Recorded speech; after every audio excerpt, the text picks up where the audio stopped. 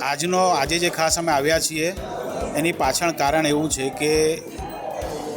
હિન્દુ ધર્મની દીકરી જેને પટાવી ફોસલાવીને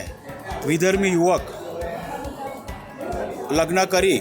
ફોસલાવીને લઈ ગયો છે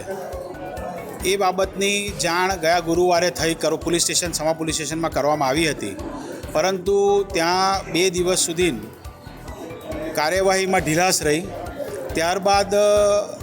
આ બાબતની જાણ દીકરીના પિતાએ ધર્મગુરુ અમારા પૂજ્ય 108 શ્રી દ્વારકેશલાલજીને કરતા એમણે વિશ્વ હિન્દુ પરિષદના રોહનભાઈ અને વિપોના શશિકાંતભાઈને ડૉક્ટર વિજયભાઈ શાહને ત્યાં મોકલ્યા હતા કે આ બાબતમાં એમના થકી તમે જશો તો યોગ્ય કાર્યવાહી થશે. તો ડૉક્ટર વિજયભાઈ શાહને ત્યાં પરિવાર આવ્યો હતો અને ત્યારબાદ એમણે પોલીસ કમિશનર શ્રી સાહેબ જોડે વાત કરી,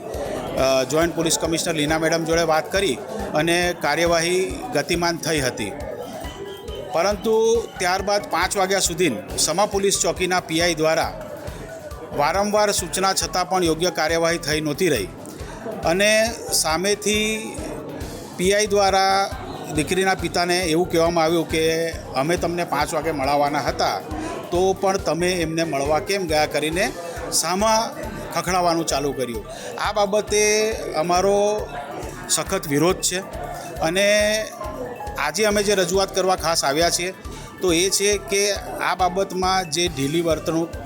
સમાના પોલીસ સ્ટેશનના પીઆઈ દ્વારા થઈ છે તો સમાના પીઆઈને કાં તો ફરજ મુક્ત કરવામાં આવે કે ટ્રાન્સફર કરવામાં આવે અમારી વિનંતી છે અને એ વિનંતી માટે એક આવેદનપત્ર આપવા અમે પોલીસ કમિશનરશ્રીને આવ્યા છે અને આગળ ઉપરાંત આ બાબતે